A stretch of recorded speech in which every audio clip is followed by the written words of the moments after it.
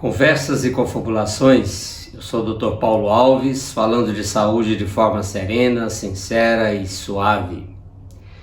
No vídeo de hoje nós vamos retomar o fio de raciocínio dos vídeos anteriores, principalmente dos vídeos 7, quando falamos de atitudes anti-estresse na pandemia, do 10, quando falamos de espiritualidade e suas relações com a saúde, e do 11, onde falamos na alternância de foco no combate ao estresse.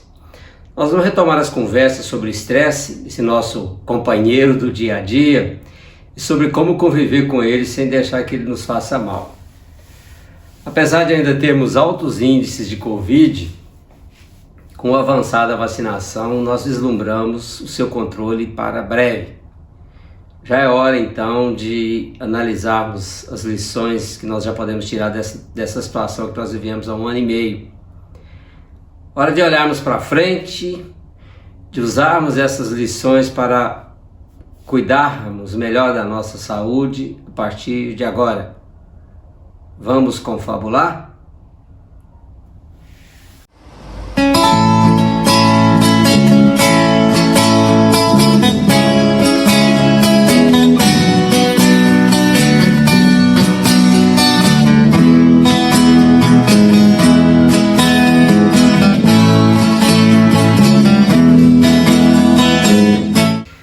Para você não se esquecer, já deixa o seu like, compartilhe esse vídeo com seus amigos, se inscreva no canal se você ainda não é inscrito e acione o sininho para receber as notificações quando um vídeo novo for publicado. Isso é muito importante. A pandemia ainda não acabou, mas nós já podemos tirar algumas lições dela. Primeira lição: precisamos expandir os nossos horizontes, abrir as nossas mentes. O mundo se modifica a velocidades cada vez maiores graças ao desenvolvimento tecnológico acelerado e ao avanço das comunicações. Isso impacta todas as atividades humanas. Exemplos práticos disso. O vírus da gripe espanhola demorou 1 mês para viajar da Europa até o Recife, em 1918. O coronavírus precisou de 11 horas para sair de Milão, na Itália, e chegar em São Paulo. 3 meses apenas se passaram do primeiro caso de Covid na China, em dezembro de 2019, à declaração do estado de pandemia pela Organização Mundial de Saúde, já com 114 países atingidos. Graças à rapidez com que as pessoas se movem de um lugar para o outro, o vírus se espalhou como um rastilho de pólvora. A segunda lição: a velocidade com que as informações circulam transformou e distorceu a cara desta pandemia. A informação circula de forma tão rápida que tornou-se instantânea. Vamos comparar umas coisas? A carta de Dona Maria Leopoldina para Dom Pedro, que resultou na proclamação da independência do Brasil em 7 de setembro de 1922, demorou 5 dias para ir do Rio de Janeiro a São Paulo, onde ele se encontrava. O correio viajava a cavalo. Hoje, com a velocidade das mensagens instantâneas de WhatsApp, as informações circulam em tempo real. O rádio chegou ao Brasil em 7 de setembro de 1922. Era uma novidade, cara. Demorou várias décadas para se popularizar. Na década de 40, as vozes de Carmen Miranda, com a sua marcha Mamãe Eu Quero, Linda Batista com seu Batuque no Morro, Emilinha Borba com a Chiquita Bacana, Francisco Alves, Luiz Gonzaga, Tonico Tinoco, Tião Carreiro e Pardinho, Liu e Léo, Cascatinha e Ana, os cabeludos da Jovem Guarda. As vozes desses cantores chegavam a poucos lares brasileiros via ondas do rádio e contribuíram para popularizar essa novidade das comunicações. A morte de Getúlio Vargas, o sucesso da seleção brasileira na Suécia em 58, comandada pelo garoto Pelé, a eleição de Juscelino Kubitschek, a inauguração de Brasília, a renúncia de Jânio Quadros, a Revolução de 64, os governos militares, o rádio trazia o Brasil para os lares brasileiros. A televisão chegou em 1950 e foi aos poucos se somando ao rádio na função de informar. Do Repórteresso ao Jornal Nacional, na função de entreter, programa da Beira da Toia, da Rádio Bandeirantes de São Paulo, com a dupla Coração do Brasil, Tonico e Tinoco, quem não se lembra? Programa Hora do Fazendeiro, da Rádio Confidência, o Gigante do Ar, de Belo Horizonte. Das rádios novelas da Rádio Nacional do Rio às telenovelas da TV Globo. Durante muito tempo, o rádio e a televisão ditaram regras, difundiram arte e cultura, moldaram comportamento, criaram moda, disseminaram fantasias que são tão necessárias à nossa saúde mental. Mas, eis que de repente, esse protagonismo começa a mudar rapidamente de dono. Com o surgimento da internet, mais recentemente com a sua popularização, o protagonismo da informação está passando rapidamente das mãos da imprensa tradicional para o domínio do cidadão comum.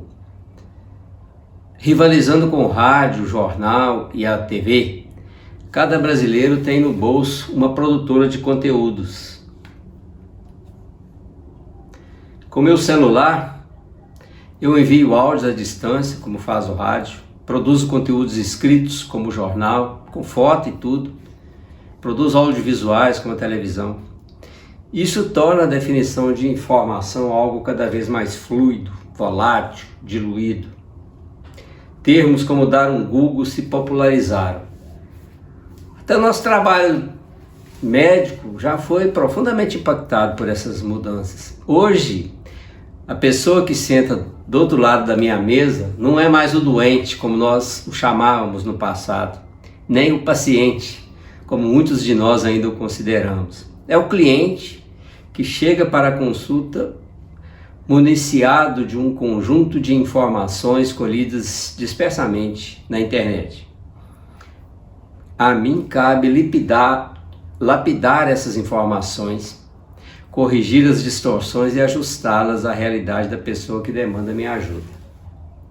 Eu já entendi que eu não sou mais o detentor do poder do saber, graças à internet. A imprensa tradicional também já começa a compreender que não é mais detentora do poder da informação. E o que isso tem a ver com os temas dos meus vídeos? Tem a ver com o estresse que nós experimentamos durante essa pandemia, com o qual eu ando me preocupando bastante. Minha tese é de que o cidadão comum não estava preparado para assumir esse protagonismo. Nós vimos durante esta pandemia o quanto a profusão de informações produzidas e difundidas sem nenhum controle de qualidade foi danoso à saúde. Deixou grande parte das pessoas completamente atarantadas.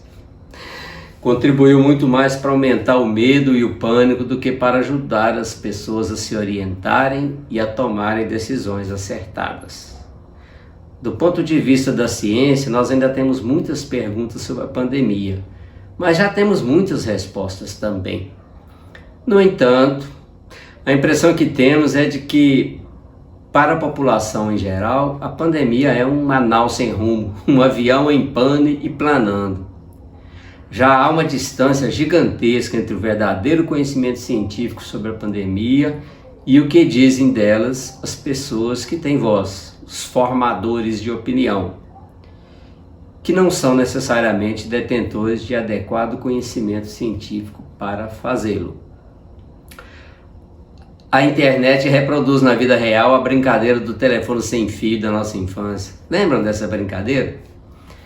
Bem, disso tudo aí deriva a terceira lição dessa pandemia. A forma de adoecimento mudou. Quantas pessoas adoeceram durante essa pandemia? Não vale dar um Google, ir ao site do Ministério da Saúde e sacar de lá o número de casos acumulados de Covid já registrados no Brasil. Eu pergunto quantas pessoas adoeceram em função do estresse contínuo a que estiveram expostas. Estresse não relacionado com a pandemia em si, mas com o que se disse dela. Quantas tiveram crises de ansiedade, episódios de pânico, distúrbios do sono, descontrole da pressão arterial, viram recrudescerem as suas gastrites crônicas ou entrar em depressão?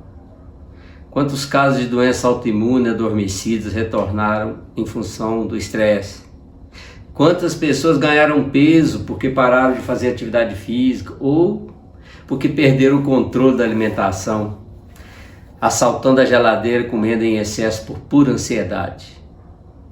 Quantos desencontros nos relacionamentos surgiram em função da irritabilidade aumentada das pessoas, levando ao aumento de violência doméstica, a crises conjugais e a outras relacionadas. As respostas a algumas dessas perguntas já existem, outras virão. Vou dar um dado aqui da Sociedade Brasileira de Cardiologia, de um trabalho publicado ano passado. Os registros de atendimento hospitalar por síndromes coronarianas agudas, infarto agudo do miocárdio é uma delas, caiu durante o ano de 2020, mas as mortes domiciliares de causas cardiovasculares aumentaram na mesma proporção, 31%. Pessoas que deixaram de buscar o hospital por medo de contraírem Covid morreram em casa de causa cardíaca por falta de tratamento. Quantas dessas pessoas não teriam evitado a morte se tivessem se tratado em tempo? Mais um efeito colateral da pandemia. Pela primeira vez na história da humanidade, nós tivemos uma pandemia de doença infecciosa causando mais danos à saúde por vias indiretas do que diretamente por ela mesma. Precisamos aproveitar as lições dessa pandemia para melhorarmos a gestão do estresse quando chegar a próxima. Então, esta é a principal lição aprendida.